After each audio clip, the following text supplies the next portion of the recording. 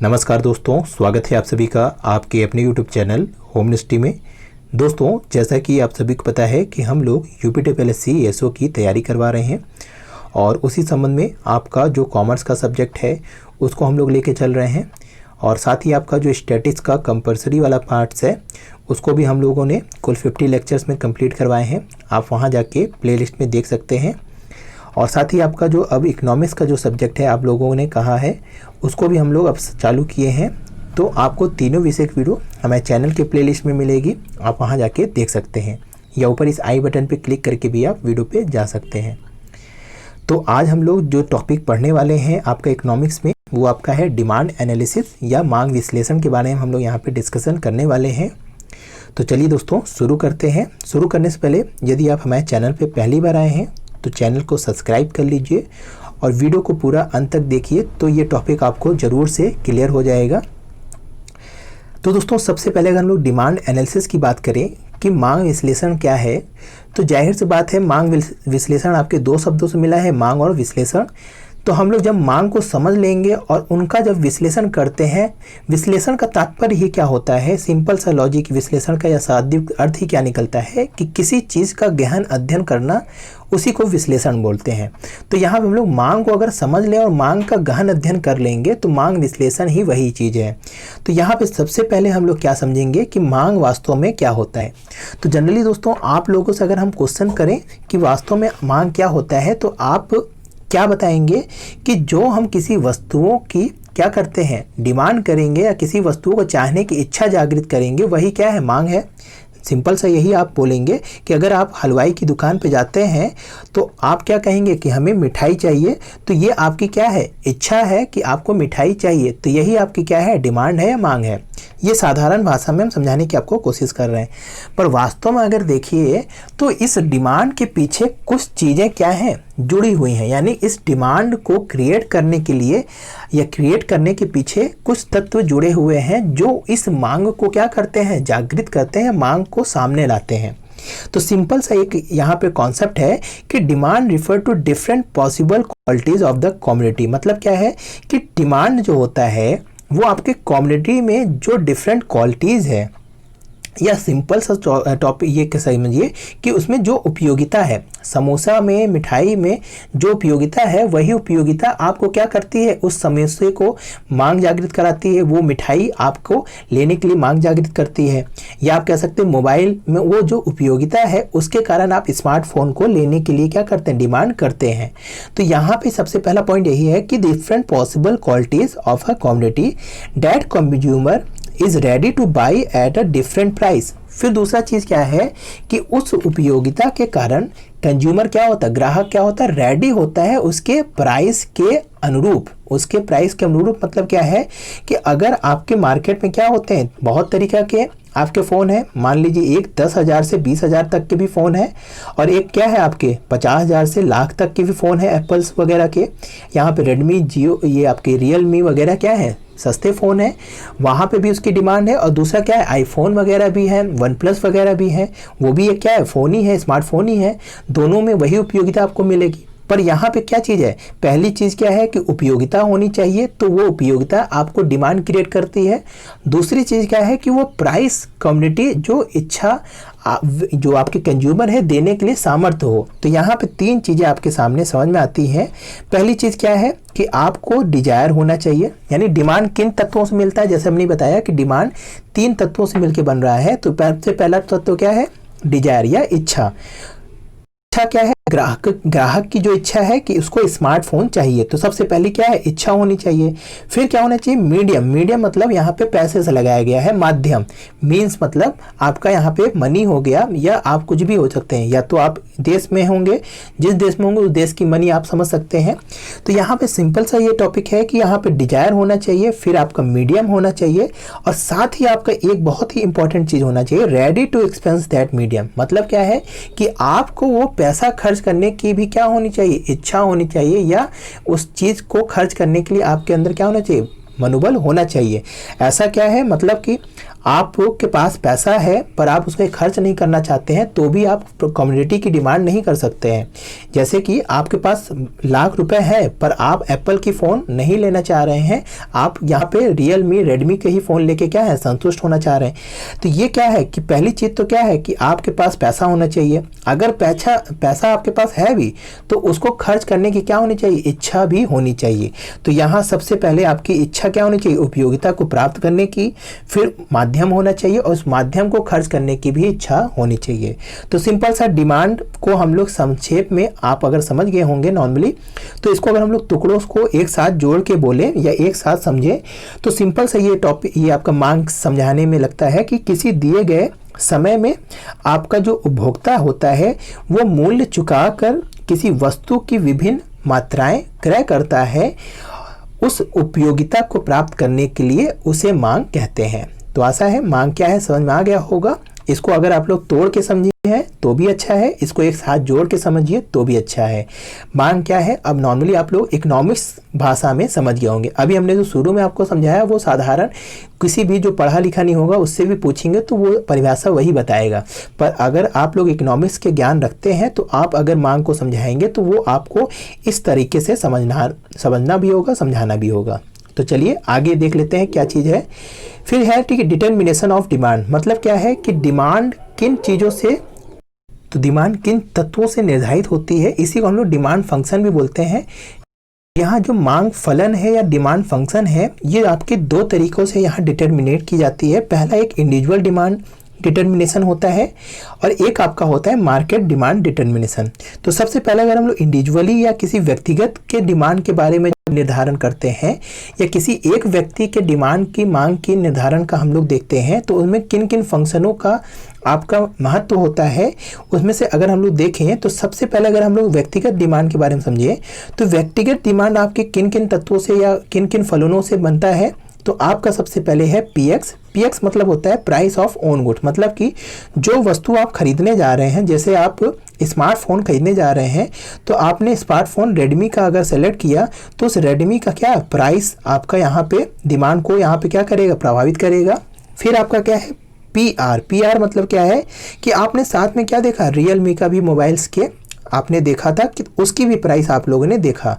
तो ये पीआर क्या हो गया, others goods, price of relative good, जो आपके अलग गुड्स हैं उनका भी आप लोग प्राइस क्या करते हैं, कंपेयर करते हैं, वो भी आपको डिमांड को क्या करेगा, प्रभावित करेगा। फिर आपका वाई माने आपकी इनकम, अगर आपकी इनकम 25 से 30 हज़ार रुपये है तो आप क्या करेंगे, उससे उसी रेंज में आप यानी कि मोबाइल खरीदने की सोचेंगे। पर अगर आपका क्या होगा, इनकम ज़्यादा होगी तो आप क्या करेंगे, आप उससे महंगे फ़ोन लेने के लिए सोचेंगे। फिर आपका क्या है टी मतलब टेस्ट मतलब क्या है, टेस्ट ऑफ कंज्यूमर, मतलब कि आपकी क्या यानी कि आपकी क्या इच्छा है, यानी कि आपका टेस्ट कैसा है। अगर आपके पास पैसा नहीं भी है तो कुछ लोगों के क्या होता है, टेस्ट अलग होता है, तो वो केवल क्या सोचते हैं आईफोन ही लेना है, तो वहाँ पे आपका टेस्ट क्या हो जाएगा, भले आपकी इनकम कम है पर आपका टेस्ट अगर आईफोन के लिए है तो आप आईफोन ही लेंगे भले आपकी इनकम ना हो। फिर क्या है आपका ई माने एक्सपेक्टेशन, मतलब कि आपकी क्या संभावना या आपकी क्या एक्सपेक्टेशन है कि आप किन एक्सपेक्टेशन के विचारों से आप ये प्रोडक्ट खरीदने के लिए सोच रहे हैं। तो ये जो 5 तत्व है ये इंडिविजुअली कोई भी पर्सन क्या करता है, सोचता है। यदि आप खुद सोचेंगे तो आप इन 5 चीज़ों से क्या होते हैं, फलित होते हैं या ग्रसित रहते हैं जब भी कोई वस्तु खरीदने जाते हैं। सिंपली आप छोटे प्रोडक्ट के बारे में नहीं सोचेंगे, मतलब कि जो जिसकी प्राइस बहुत कम होंगी उसके बारे में आप ये सब चीज़ें नहीं देखेंगे या डिमांड फंक्शन को नहीं समझेंगे। पर जहाँ ही आप थोड़ा सा महंगा चीज़ लेने के लिए जाएंगे तो आप इन चीज़ों को खुद एक्सपेक्ट करेंगे कि यहाँ पे ये सारी चीज़ें आपकी क्या होती हैं, यहाँ पे फलीभूत होती हैं। तो ये आपका इंडिविजुअली अगर हम लोग समझेंगे तो यहाँ पे जो डिमांड फंक्शन है वो इन चीज़ों से आपका निर्भर करता है। फिर आपका क्या है, अगर मार्केट डिमांड की बात करें तो मार्केट डिमांड में जब इंडिविजुअली सब ग्राहकों की जब हम लोग क्या करते हैं, सब ग्राहकों का डिमांड को हम लोग जब जोड़ लेते हैं तो वो हम क्या हो जाता है, आपका मार्केट डिमांड हो जाता है। जैसे एक मार्केट में क्या होता है, एक ग्राहक तो जाता नहीं है, एक ग्राहक से अधिक ग्राहक जाते हैं। तो जब हम लोग एक ग्राहक से अधिक ग्राहकों का क्या करते हैं, डिमांड डिटर्मिनेट करते हैं, तो उसे मार्केट डिटर्मिनेशन कहते हैं, डिमांड डिटर्मिनेशन कहते हैं। तो ये अगर हम लोग यहाँ पे देखें तो यहाँ पे जो डिमांड फंक्शन है इसमें 2 चीज़ें और जुड़ जाती हैं। पहला क्या हो जाता है एन और दूसरा क्या हो जाता है वाई डी। यहाँ देखिए सेम चीज़ है, वो आपका सेम है जैसे कि अभी पहले हम लोगों ने देखा। फिर आपका यहाँ पे जो n है वो आपका क्या है, पॉपुलेशन साइज, मतलब कि एक मार्केट के जो पॉपुलेशन घनत्व है वो क्या साइज का है। अगर आप देखते हैं कि आपके लोकल मार्केट का जो साइज़ देखिए उनका क्या होता है, पॉपुलेशन कम होता है। आपके जो सिटी रेंज के मार्केट होते हैं वहाँ पे जाएंगे तो वहाँ पे पॉपुलेशन अधिक होता है। जैसे कि आपके बगल में कोई दुकान होगी मार्केट के लिए बगल में, तो वहाँ पे जाएंगे, आपकी जो दुकान होगी वहाँ पे कम लोग आते हैं, कम लोग वहाँ पे डिमांड करेंगे। पर अगर वही चीज़ आप मेन मार्केट में चले जाइए, अपने शहर के बीच बाजार में चले जाइए मेन मार्केट में, तो वहाँ क्या होते हैं, पूरे शहर के लोग आते हैं, तो वहाँ की पॉपुलेशन क्या होगा, ज़्यादा होगा। तो यहाँ पे डिमांड, जो मार्केट का डिमांड है वो आपके पॉपुलेशन साइज पर भी क्या होता है, निर्भर होता है। फिर आपका क्या है, डिस्ट्रीब्यूशन ऑफ इनकम, मतलब क्या है कि आपके जो शहर है उस शहर के लोगों का आय कैसे है, मतलब कि शहरों के आय में कैसा वितरण है। अगर आप देखिए कि जैसे मेट्रो शहर है वहाँ के लोगों की आय क्या है, अधिक है, क्योंकि वहाँ की इनकम भी क्या है, प्रति व्यक्ति इनकम भी अधिक है। वही आप छोटे शहरों में जाइए, छोटे गांव में जाइए, तो वहाँ के लोगों की इनकम क्या होती है, कम होती है, प्रति व्यक्ति आय कम होती है। तो ये भी चीज़ क्या करता है, आपके डिपेंड करता है या क्या डिटर्मिनेशन करता है डिमांड के लिए। जैसे कि आप लोग गांव में अगर जाइए तो वहाँ की क्या होती है, डिमांड आपकी बहुत ही अलग होती है एज कंपेयर शहर के मुताबिक। तो ये चीज़ आपका क्या करता है दोस्तों, डिटर्मिनेशन करता है मार्केट के लिए। दो तत्व यहाँ पे जुड़ जाते हैं और आपके इंडिविजुअली आपके ये फंक्शंस काम करते हैं। तो ये तो आपका हो गया डिटर्मिनेशन ऑफ डिमांड। अब अगर हम लोग यहाँ पे बात कर लें कि वास्तव में लॉ ऑफ डिमांड क्या है, मांग का नियम क्या है, तो सिंपल सा मांग का नियम ये है कि यहाँ पे हम लोग इंडिविजुअल पहले बात समझ रहे हैं, वही चीज़ आपका मार्केट में भी होगा। यहाँ पे जो ये फलन है, ये जो फलन है, इसमें से हम लोग क्या करते हैं, दो तरीके से मांग का नियम प्रभावित होता है। पहला, इसको ध्यान से समझिएगा, पहला क्या है कि इनमें से हम लोग सभी तत्वों को क्या कर लें, आपके सभी तत्वों को हम लोग, सभी तत्वों में एक तत्व को क्या कर लें, हम लोग स्थिर मान लें और सभी तत्वों को क्या कर लें, हम लोग गतिमान मान लें। मतलब कि एक को फिक्स कर लें और सभी को हम लोग आपके मार्केट के हिसाब से चलने दें, तो आपका डिमांड फंक्शंस आपका यहाँ प्रभावित होता है। या हम लोग क्या करें कि सभी को स्थिर मान लें और शुरुआत के किसी एक तत्व को हम लोग क्या कर लें, यहाँ पे स्थिर मान लें। तो इस तरीके से आपके मांग का नियम यहाँ पे आप लोग समझ सकते हैं। पर आपका यहाँ पे जो हम लोग साधारण यहाँ पे देखते हैं, तो वहाँ पे हम लोग क्या करते हैं, प्राइस को ही क्या करते हैं, यहाँ पे हम लोग चेंज करते हैं। और प्राइस के चेंज करने से डिमांड में क्या प्रभाव पड़ता है, इसी को हम लोग जब देखते हैं तो उसी को हम लोग मांग के नियम में समझते हैं। तो यहाँ ध्यान से समझिएगा, ऐसा नहीं कि ये तत्व प्रभावित नहीं हो सकते, ये तत्व कम ज़्यादा नहीं हो सकते, ये भी हो सकते हैं। और आपके यहाँ पे जितने भी आपके यहाँ फंक्शन है, सब में क्या हो सकता है, गतिमान या प्रभावित हो सकते हैं। तो यहाँ पे सिंपली अगर हम लोग मांग के नियम आपको साधारण भाषा में समझाएं, तो डिमांड आपका क्या है कि किसी वस्तु के मूल्य में यदि हम लोग परिवर्तन करते हैं तो उसके मूल्य में वृद्धि करने से डिमांड में क्या होती है, कमी होती है, और उसके मूल्य में कमी करने से डिमांड में क्या होती है, वृद्धि होती है। इसी को मांग का नियम सिंपली कहा जाता है। मतलब क्या है कि मांग का नियम क्या है कि डिमांड किससे आपका प्रभावित होता है, वस्तु की प्राइस से। अगर वस्तु का प्राइस महंगा हो जाएगा तो डिमांड सस्ता हो जाएगा। अगर आपका डिमांड यहाँ पे बढ़ाना है तो आपको अपनी प्रोडक्ट की प्राइस भी क्या करनी पड़ेगी, कम करनी पड़ेगी, जिससे आपका क्या होगा, डिमांड बढ़ जाएगा। तो यही चीज़ आपका डिमांड का नियम या कह सकते हैं लॉ ऑफ डिमांड कहलाता है। तो law of demand state that order things being quantity demand increase with the decrease in the on price of community and vice versa. मतलब क्या है कि अगर किसी वस्तु की मूल्य में क्या करना है, आपकी अगर किसी वस्तु के मूल्य में वृद्धि किया जाता है तो उसकी क्वांटिटी में क्या हो जाएगी, कमी हो जाएगी, या कह सकते हैं उसकी डिमांड में कमी हो जाएगी। और जैसे ही हमें उसके मूल्य में कमी करेंगे तो उसके विपरीत आपके डिमांड में भी क्या हो जाएगी, वृद्धि हो जाएगी। तो मांग का नियम सिंपल सा नियम है, आप लोगों को पता होगा, ये वे साधारण जीवन में आपके लागू होता है। तो ये तो मांग का नियम है। तो आशा है ये मांग का नियम आपको समझ में आ गया होगा कि आपका ये किसी वस्तु की मांगी गई मात्रा तथा उस वस्तु के मूल्य के बीच में विलोम संबंध पाया जाता है। मतलब यहाँ पे डिमांड और ये आपके प्राइस में क्या होता है, व्युत्क्रम संबंध पाया जाता है या इन्वर्स रिलेशन होता है। या जैसे जैसे किसी वस्तु का मूल्य गिरता है उसकी मांग बढ़ जाती है, और जैसे जैसे आपकी वस्तु का मूल्य बढ़ता है उसकी मांग क्या हो जाती है, गिर जाती है। तो ये चीज़ आप लोग ध्यान दीजिएगा, इनमें इन्वर्स रिलेशन होता है। अब अगर हम लोग यहाँ पे बात कर लें कि मांग सारणी क्या होती है और मांग वक्र क्या होता है, तो जब हम लोग किसी मांग सारणी का मतलब यहाँ पे ये है कि जब हम लोग विभिन्न मूल्यों पर किसी वस्तु की जो आपकी डिमांड है उसका हम लोग शेड्यूल बनाते हैं, तो उसी को हम लोग मांग सारणी कहते हैं। जैसे कि यहाँ पे देखिए एक शेड्यूल है कि आपका जैसे यहाँ पे 20 रुपये था किसी वस्तु का प्राइस, तो उसकी क्वांटिटी कितनी खरीदी जा रही थी, क्वांटिटी 30 खरीदी जा रही थी। जब वो वस्तु सस्ती हो जाती है तो उसकी क्वांटिटी या क्वांटिटी में क्या हो जाती है, वृद्धि हो जाती है। ऐसे ऐसे जैसे जैसे इसकी प्राइस घटती गई वैसे वैसे देखिए क्वांटिटी में भी क्या होने लगा, वृद्धि होती चली गई। तो यही चीज़ अगर हम लोग जब शेड्यूल को यहाँ पे डिमांड कर्व में कन्वर्ट करते हैं तो ये आपका सामने आता है। जैसे कि हम देखिए पहला वस्तु क्या था, आपकी पहली वस्तु की प्राइस कितनी थी, 20 रुपये थी, तो उस समय कितना खरीदा जा रहा था, 30 क्वांटिटी खरीदी जा रही थी। तो यहाँ पे ये प्राइस लाइन होती है, ये ध्यान दीजिएगा हमेशा, और ये आपकी क्वांटिटी लाइन होती है। ये आपकी एक्स अक्ष में हमेशा क्वांटिटी को दिखाया जाता है और वाई में हमेशा प्राइस को दिखाया जाता है। तो यहाँ पे जब आपकी 20 रुपये की आपकी प्राइस थी तो यहाँ पे क्वांटिटी भी कितनी खरीदी जा रही थी, आपकी 20 ही खरीदी जा रही थी। तो ये आपका यहाँ पे ऐसे बन गया। फिर जब यहाँ पे सस्ता हुआ यानी कि ये 15 रुपये प्राइस हुआ तो ये आपकी क्वांटिटी भी कितनी हो गई, बढ़ के 40 हो गई। फिर जब 10 हुई तो 10 से क्वांटिटी बढ़ के कितनी हो गई, 60 हो गई। इस तरीके से जैसे जैसे वस्तु की कीमत घटती गई वैसे वैसे यहाँ पे देखिए क्वांटिटी भी क्या होने लगी, डिमांड भी बढ़ने लगी। तो इनको जब हम लोग एक रेखा, इन सभी लाइनों को जब मिला देंगे, इन पॉइंट को जहाँ पे ये टच कर रही हैं आखिरी में, तो इनको जब टच करके एक रेखा बनाई जाती है, इसी को हम लोग क्या बोलते हैं, डिमांड लाइन बोलते हैं, या आपकी मांग रेखा बोली जाती है, डिमांड लाइन बोलते हैं। तो यही आपकी मांग सारणी है, मांग वक्र है। तो ये डिमांड का नियम से हम लोग डिमांड कर्व और डिमांड शेड्यूल बना लेते हैं। इसी तरह जब हम लोग क्या करते हैं, आपके मार्केट का डिमांड शेड्यूल बनाते हैं तो वो आपका क्या जाता है, यहाँ पे सभी व्यक्तियों की, ये तो इंडिविजुअल एक व्यक्ति का है, जब हम लोग अलग अलग व्यक्तियों का यहाँ पे सभी व्यक्तियों का डिमांड जोड़ लेते हैं तो उसे हम लोग क्या बोलते हैं, आपका मार्केट डिमांड शेड्यूल बनाते हैं। और उसी से जब हम लोग मार्केट डिमांड शेड्यूल बना लेते हैं तो उससे आपका यहाँ पे मार्केट डिमांड कर्व भी बन जाता है। तो ये तो आपका यहाँ पे इंडिविजुअल और मार्केट डिमांड शेड्यूल ऐसा समझ में आ गया होगा, और डिमांड लाइन कैसे बनती है ये भी आप लोग समझ में गए होंगे। अब यहाँ पे कुछ यहाँ पे पॉइंट्स हैं, इसको समझ लीजिए कि आपका जो डिमांड लाइन है वो हमेशा क्या होता है, यहाँ पे डिक्लाइन हुआ होता है। मतलब कह सकते हैं कि ये ऊपर से नीचे गिरता हुआ होता है। ये तो पहला पॉइंट है कि हमेशा ये ऊपर से नीचे गिरता हुआ होगा या डाउनवर्ड स्लोप होता है। पहला क्वेश्चन यहाँ पे एक आंसर यही है कि ये डाउनवर्ड स्लोप होता है। इससे क्वेश्चन भी पूछे गए हैं कि डिमांड लाइन कैसा होता है, तो डाउनवर्ड स्लोप होता है।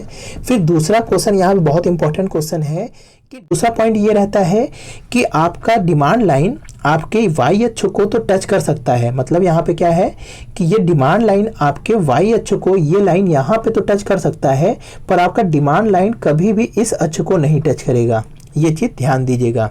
मतलब क्या है, इसको भी समझ लीजिए कि अगर मान लीजिए अगर किसी वस्तु की आपकी डिमांड क्या हो जाती है, घट जाती है, या कह सकते हैं किसी वस्तु की प्राइस आपकी क्या हो जाती है, 0 हो जाती है, तो उसकी क्वांटिटी क्या होगी, आपकी यहाँ पे आपकी क्वांटिटी क्या होगी, यहाँ पे इसके अनंत तक चली जा सकती है। पर ऐसा संभव नहीं है कि किसी वस्तु की प्राइस 0 हो या फ्री में वस्तु नहीं होगी। तो फिर यहाँ पे क्या बात आती है, अगर डिमांड लाइन बहुत ही महंगी हो जाती है, मतलब कोई वस्तु 200 रुपये हो जाती है, तो वहाँ पे क्वांटिटी 0 हो सकती है, यानी क्वांटिटी 0 हो सकती है पर प्राइस कभी वस्तु की 0 नहीं हो सकती। आप लोग सिंपल सा लॉजिक समझिए कि ये डिमांड लाइन जो है वो वाई अक्ष को क्यों टच कर सकती है और ये अक्ष को क्यों नहीं टच करेगी। तो सिंपल से यही यहाँ पे लॉजिक है कि आपकी जो क्वांटिटी है वो तो 0 हो सकती है अगर प्राइस बहुत ज़्यादा हो जाए। अगर समझिए नमक आपके 2000 रुपये किलो हो जाए तो आप क्या कर सकते हैं, शायद आप लोग नमक कि एक को पैकेट ना खरीदे या 0 क्वांटिटी पे आ जाए। पर अगर आप यहाँ पे क्या हो जाए, आपका प्राइस यानी कि जो क्वांटिटी है बहुत सस्ता हो जाए, बहुत सस्ता हो जाए, तो आप क्या करेंगे, बहुत ही ज़्यादा तक क्या करेंगे, यहाँ पे डिमांड लाइन को क्वांटिटी का जो बढ़ाते जाएंगे। तो इसीलिए यहाँ पे कहा गया है कि आपका जो डिमांड लाइन है ये आपके वाई अक्ष को तो टच कर सकती है पर एक्स अक्ष को कभी टच नहीं करेगी। तो आशा है ये चीज़ आपको क्लियर हो गई होंगी। अब अगर इसके कुछ अजम्पशन है इसको समझ लें तो यहाँ पे कांस्टेंट कंज्यूमर इनकम, मतलब इनकम जो होगी, जो आपके कंज्यूमर की इनकम होगी वो क्या होगी, स्थिर होगी। उसमें है नहीं कि अगर आपका अभी 1000 है तो कल आपके तुरंत ही क्या हो जाएगा 2000 हो जाएगा, ऐसी इनकम नहीं होगी।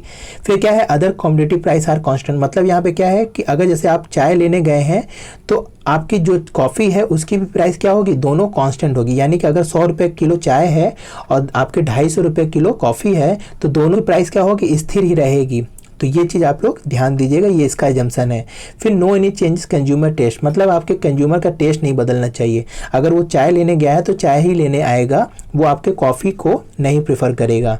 तो यहाँ पे ये भी एजम्पशन रहेगा। फिर नो एनी सब्स्टिट्यूट प्रोडक्ट या कम्युनिटी, या कह सकते हैं कि आपके बाज़ार में अगर चाय का कोई भी ऐसा कोई नया सब्स्टिट्यूट पैदा नहीं होगा जिसको प्रयोग में लाया जा सके। जैसे कि आप चाय लेने गए हैं तो चाय का कोई सब्स्टिट्यूट नहीं होना चाहिए, पर यहाँ पे आपके जैसे कॉफ़ी हमने एग्जांपल दिया इसका सब्स्टिट्यूट होता है, तो ऐसी कम्युनिटी के साथ क्या होगा, आपका यहाँ पे कोई भी नया सब्स्टिट्यूट नहीं होगा। तो ये चीज़, ये कुछ एजम्पशन है। तो ये तो आपका सिंपल सा यहाँ पे डिमांड एनालिसिस था। ये डिमांड के आपका जो लॉ है यहाँ पे, आशा है ये चीज़ें समझ में आ गई होंगी। तो दोस्तों आज के लिए इतना ही। नेक्स्ट टॉपिक हम लोग नेक्स्ट वीडियो में देखेंगे, आपका जो भी है डिमांड से रिलेटेड टॉपिक। तो आज के लिए इतना ही दोस्तों, आशा है ये वीडियो आपको पसंद आई होगी। अगर वीडियो अच्छी लगी तो लाइक करिए और ज़्यादा से ज़्यादा वीडियो को शेयर किया करिए दोस्तों। ज़्यादा से ज़्यादा सब्सक्राइबर बढ़वाइए दोस्तों, आप लोग सभी दोस्तों को शेयर करिए और चैनल को सब्सक्राइब करना ना भूलिए दोस्तों। तो आज के लिए इतना ही। जय हिंद, जय भारत। दोस्तों यदि आप हमारे चैनल होमनिस्ट्री को सपोर्ट करना चाहते हैं तो आप इस UPI ID लिंक पर जाकर अपनी इच्छा अनुसार राशि को प्रदान कर आप होमनिस्ट्री को सपोर्ट कर सकते हैं।